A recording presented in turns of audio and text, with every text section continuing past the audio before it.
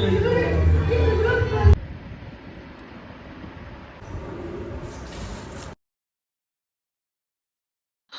Friends, welcome back to my channel.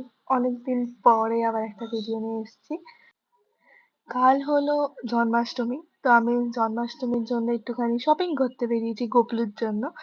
এই যে আমি একটুখানি টুপি নিয়ে ক্যাট মারছি। ফার্স্টে আমি ভেবেছিলাম যে আগে জিনিসপত্রটা কিনে নিই, কিন্তু আমার এত জোরে খিদে পেয়ে গেছিল, আমি আগে নৈহাটি পৌঁছে একটুখানি কিছু খাবার জন্য দোকানে যাই। আগে একটুখানি খেয়ে নিই, তারপর হাত মুখ সবকিছু ধুয়ে গোপালের জন্য সবকিছু জিনিসপত্র নিয়ে আমি বাড়ির দিকে রওনা হই। যেহেতু অনেক রাত হয়ে গেছিল, তাই আমি বাড়ি ফেরার সময় টোটো করেই বাড়ি ফিরি একেবারে। এই যে বাড়ি ফিরে আমি আর বাবা বসে যাই তাল ছাড়াতে, মানে তাল গোলাতে।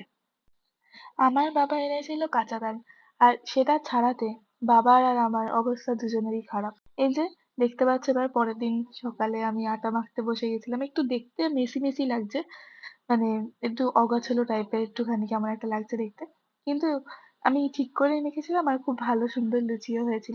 আটা মাখার পরে আমি নারকেল কোড়াতে বসেছিলাম তালের বড়ার জন্য। আচ্ছা, তোমরা ভাবতেই পারো যে কালকে রাতে দেখালো শপিং করছে, গোপালের জিনিস নিয়ে এসছে, আবার আজকে সকালে হুট করে তাল গোলানো শুরু হয়ে গেল বা নারকেল কোড়া শুরু হয়ে গেল। আসলে আমি অনেকদিন ভিডিও করি না, তো মানে করি হয়তো, করে করে রেখে দিই, সেগুলোকে আর ছাড়া হয় না, এডিট করা হয় না।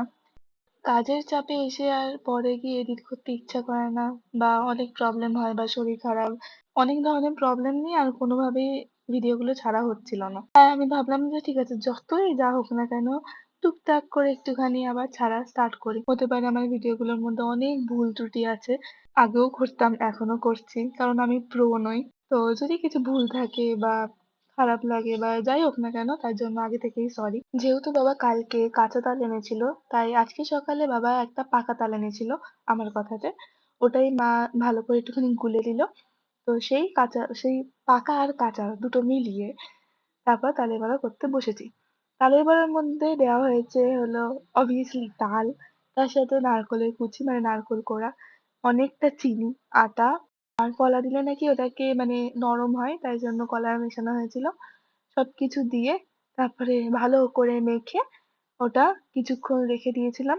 রেখে দেওয়ার পর তার উপর দিয়ে যখন ভাজতে গেছিলাম, তার উপর দিয়ে আরেকটুখানি চিনি ছিটিয়ে দিয়েছিলাম। চিনি ছিটিয়ে তারপরে ওটাকে ভাজতে নিয়ে গেছিলাম। এবার বলি আমার কথা।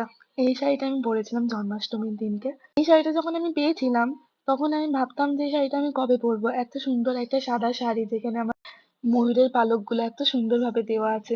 আমার শাড়িটা খুব পছন্দের, আমার একটা ফ্রেন্ড দিয়েছিল আমাকে। কিন্তু বিগত ১ বছরও আমার আর এই শাড়িটা পরা হয়নি। তাই আমি ভাবলাম আজকে পরি। আজকের মতো একটা ভালো দিনে এমন একটা ময়ূরের পালক-আলা সুন্দর শাড়ি পরার মানে মানে ওই যে ব্যাপারটা না, আমি ছাড়তে পারিনি। তো আমি এই শাড়িটা আলমারি থেকে বের করি আর পরে নিই চুপচাপ। এর সাথে কোনো কিছু রেডি করা ছিল না। তারপরেও আমি সবকিছু ম্যানেজ করে কোনো রকমে তাড়াতাড়ি পড়ি আর রেডি হই। আর রেডি হয়ে তাড়াতাড়ি যাই ঠাকুরঘরে। আমি কিছু করিনি। আমি শুধুমাত্র লিপস্টিক পরেছিলাম একটুখানি। আর ফেসে একটা টোনার আর সানস্ক্রিন মেখেছিলাম, আর কিছুই না। এবার বলি, আচ্ছা তোমরা যারা এই ভিডিওটা দেখছো, যাদের বাড়িতে গোপাল আছে, তারা তাদের গোপালকে কি কি দিয়েছিলে জন্মদিনে? মানে কেমন কি পরিবেশন করেছিলে বা কি কি রান্না করেছিলে? তোমাদেরও নির্ঘাত অনেক ধরনের এক্সপিরিয়েন্স হবে। পারলে একটুখানি শেয়ার করো কমেন্টে, ভাল লাগবে আমার। তার সাথে আরেকটা কথা বলি, তোমরা এই ভিডিওটা দেখছো, দেখো এই ভিডিওটায় আমার বাড়িতে আমাদের যেমন সামর্থ্য, আমরা সেরকম ভাবে সবকিছু করার চেষ্টা করেছি। সেইভাবেই আমি ভিডিও করার চেষ্টা করেছি আর সেইভাবেই আমি দেখাচ্ছি। তোমরা কিন্তু কেউ এগুলোকে দেখে নিজেদের মতো কিছু জাজ করো না, কারণ সবার সামর্থ্য আলাদা হয়, সবার ভালোবাসা আলাদা হয়। তো সে তার গোপালকে বা সে তার বাচ্চাকে কিভাবে লালন পালন করে, কিভাবে আদর যত্ন করে, সেটা পুরোপুরি তাদের ব্যাপার। তো আমাদের বাড়িতে যেরকম ভাবে আমরা গোপালকে আদর করি, যত্ন করি, সেটাই তোমাদের সাথে আমি তুলে ধরছি। এবার দেখো আমার লুচি বেলা, লুচি ভাজার, আমি সাধারণত খুব একটা রান্না করি না। তাও যখন করি তখন মন দিয়ে করি আর ভালোই করি। খুব একটা খারাপ আমি করি না। সবাই খেয়েছে আর ভালোই বলেছে। আর এমনিতেও যখন গোপালের জন্য করা কোনো জিনিস, তাতে যখন রাধার নাম নিয়ে করা হয় না, তখন আমার মনে হয় যে সেই জিনিসগুলো খারাপ হতেই পারে না।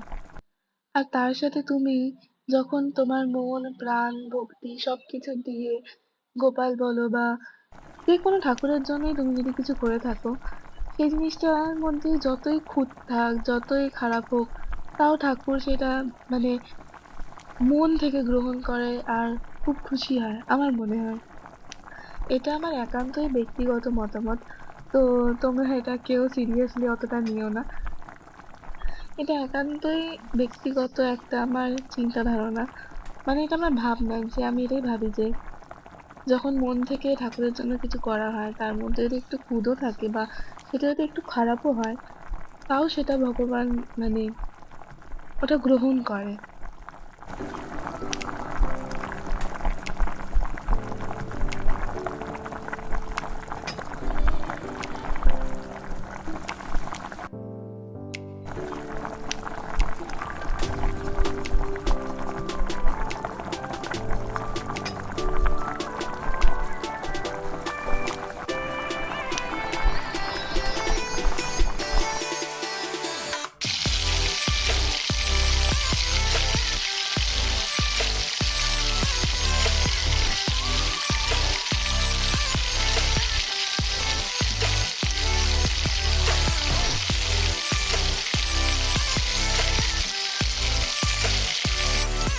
তালের বড়া ভাজা কমপ্লিট, লুচি আমার হয়ে গেছে। এর মাঝখানে মা গোপালকে চান করিয়ে নিয়েছিল। আমি শুধুমাত্র একটুখানি গোপালের মাথায় জল ঢেলেছিলাম। তারপর এখানে ভোগগুলো সব রেডি হয়ে গেছে, মা সাজিয়ে নিয়েছে সবকিছু।